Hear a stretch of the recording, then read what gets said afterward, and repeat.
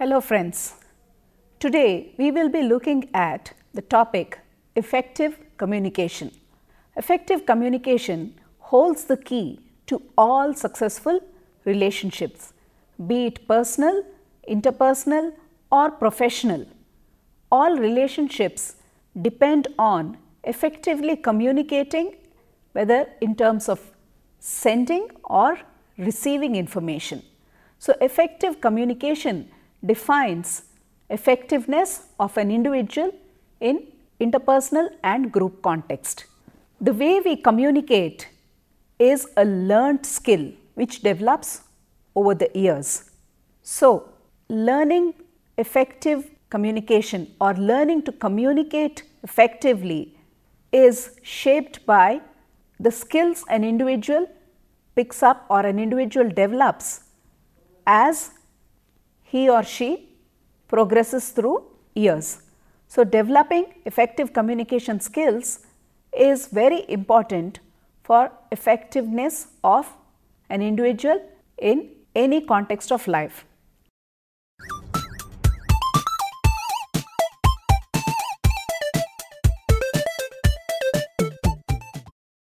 What do we mean by effective communication?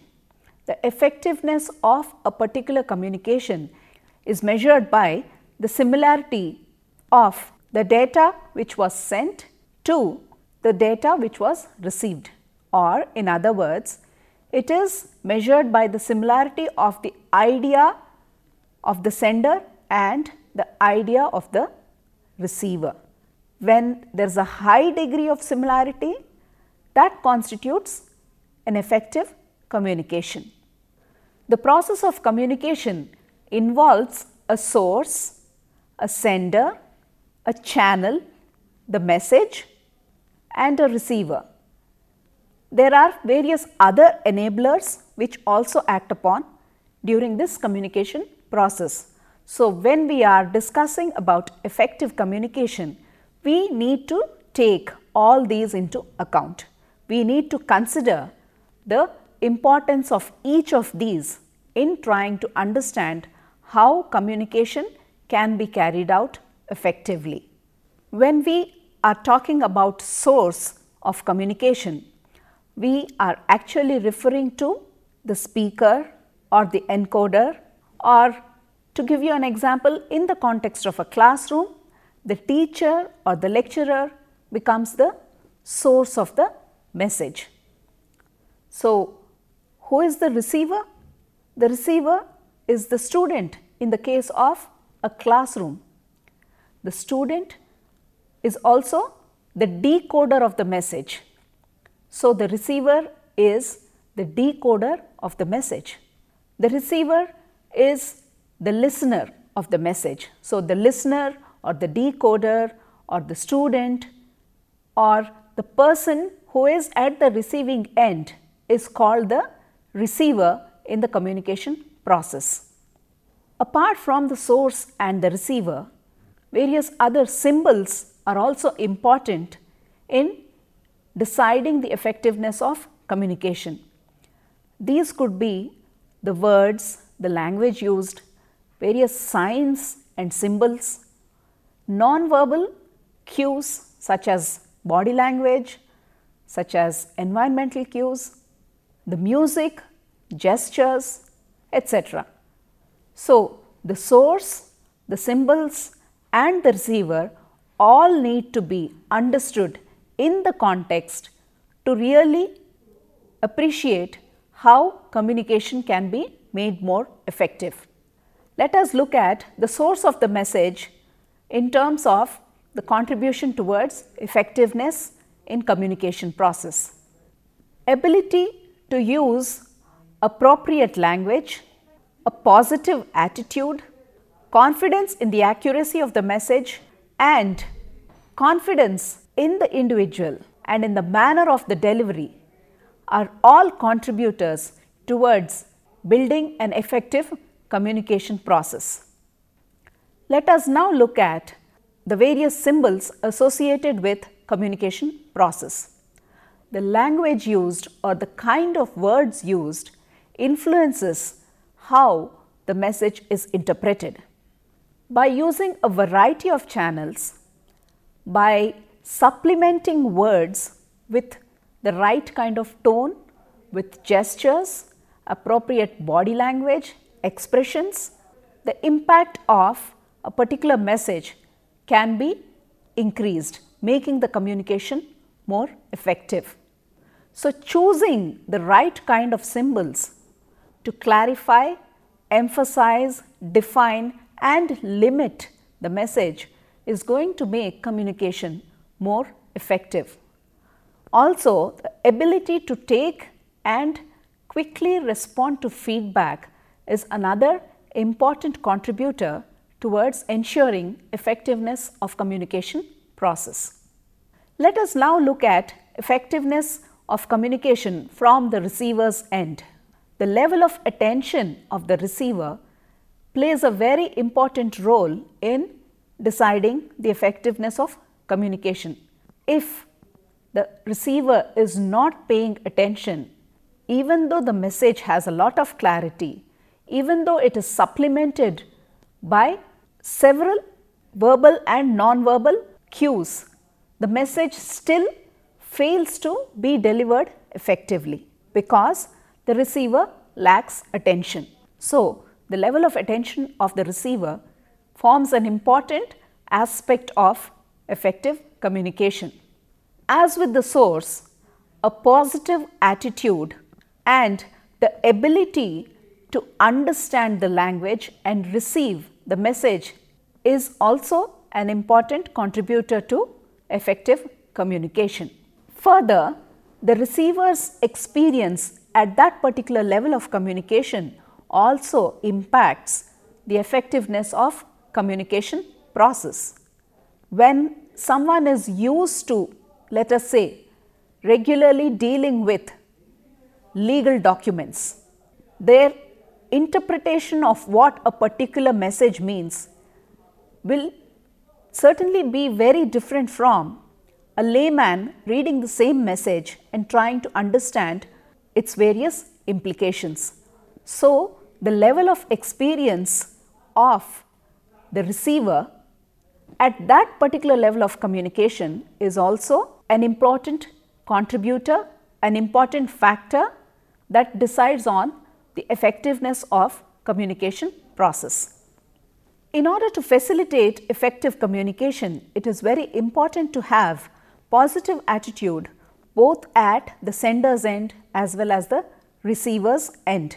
Defensiveness mars or hinders effectiveness of communication process. Again, both at the sender and at the receiver's end, by working on improving communication skills, people can ensure that the effectiveness overall of any communication is increased. Further, making the communication goal oriented will also clarify and make the message more understandable. So, a goal oriented communication will ensure greater effectiveness. When the sender and receiver are in a good relationship, as in when there is a positive relationship between the sender and the receiver, there is an openness to experience and the communication is far more effective. So, they are much more likely to accomplish the communicated goals more effectively. Another important aspect is looking at and appreciating the fact that communication is a creative process. It can vary in terms of its effectiveness due to a variety of factors. So, ability to look at it as a creative process and ability to build in multiple ways of enforcing the communication will also contribute towards greater effectiveness. Varying the channels, improving upon listening skills and improving upon receptivity to feedback would work towards increasing the effectiveness. So, when multiple channels are used, or when a person is more open to feedback, or when a person improves listening skills. In such instances, communication becomes more effective, whether the person is at the sender's end or at the receiver's end. Over and above all this, accepting the reality that some degree of miscommunication is built into the entire process is also going to make a person more open to working towards greater effectiveness at communication.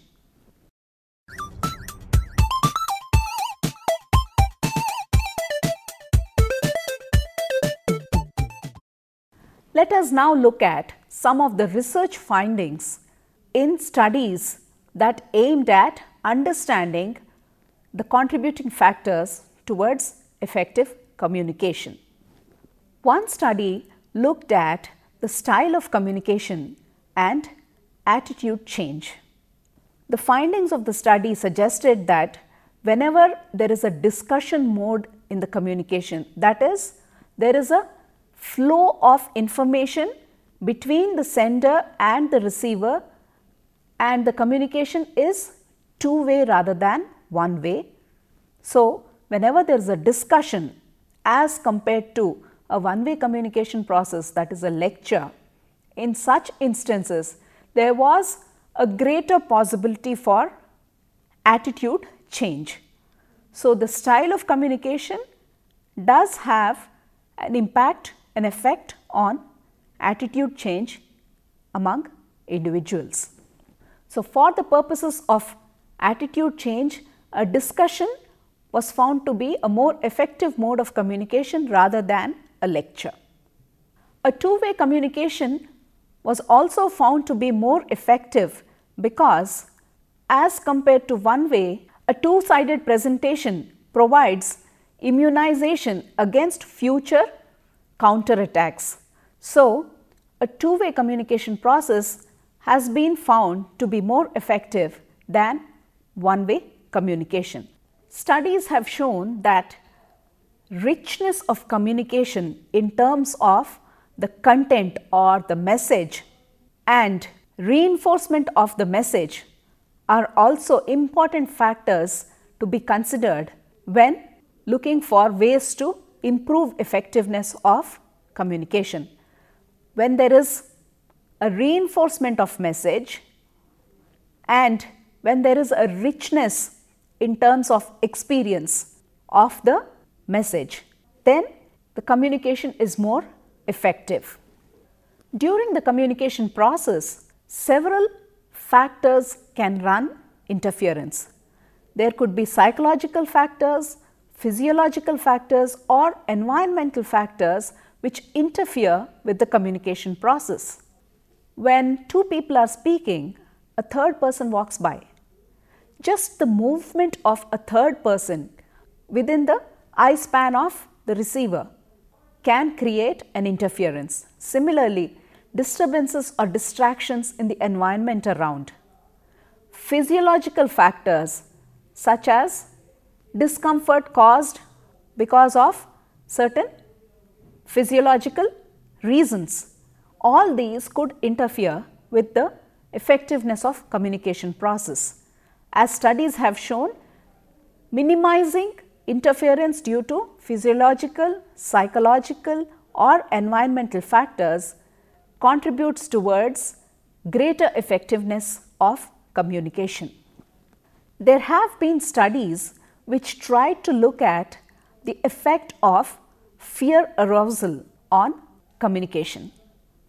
So, when there is an arousal of fear, depending on the initial level of fear arousal, the communication effectiveness was impacted.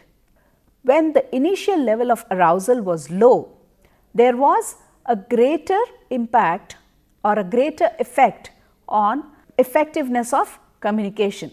So, the effect of fear arousal on the effectiveness of communication process depended mostly on the audience's initial level of arousal.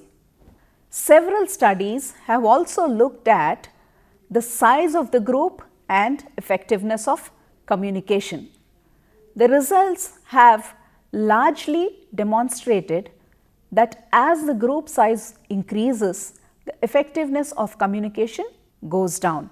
So, effectiveness of communication decreases with an increase in group size. A dyad or one-on-one communication is far more effective rather than the same message being delivered to a group of 10, 15, 20, 100 people.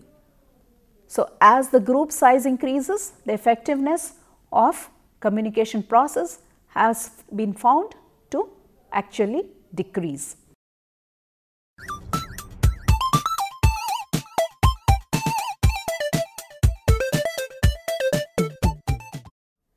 Let us now look at factors related to the communicator or the sender and effectiveness of communication.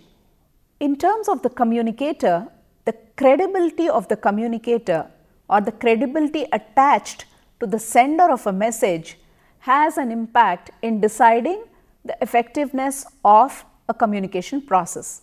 If I believe in the sender, if I believe that the person giving me a message can be trusted, if I believe that he is a credible source of information, I tend to pay more attention and I tend to believe in the message.